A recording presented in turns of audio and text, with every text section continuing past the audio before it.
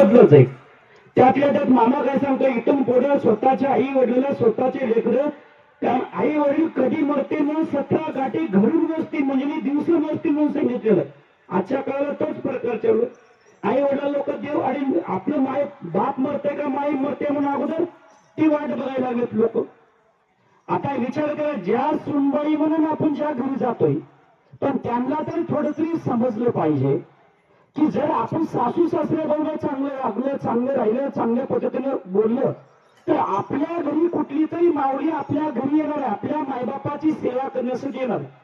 आपणच जर सासू सासऱ्याची सेवा नाही केली तर आपल्या मायबापाची सेवा कोण करणार आहे, याचा विचार आपण करावा लागतो.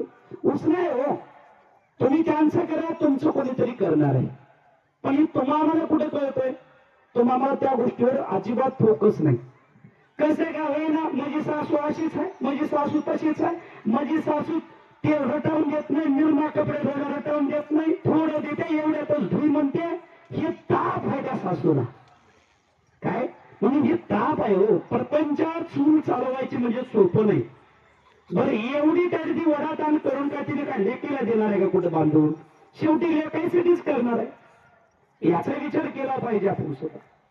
तर म्हणजे खरोखर पाटलीन बाईनं त्या बाहेरून आवाज मारला मालकाला, पाटलाने खरोखर सरकारनं आवाज मारला, अहो ऐकला का तो, कारण त्याने मामा त्याने माझ्याने खरोखर भोसले सरकारनं माऊली त्याने म्हणते, पाटील बाई काय म्हणते, ऐकलं का तुम्ही.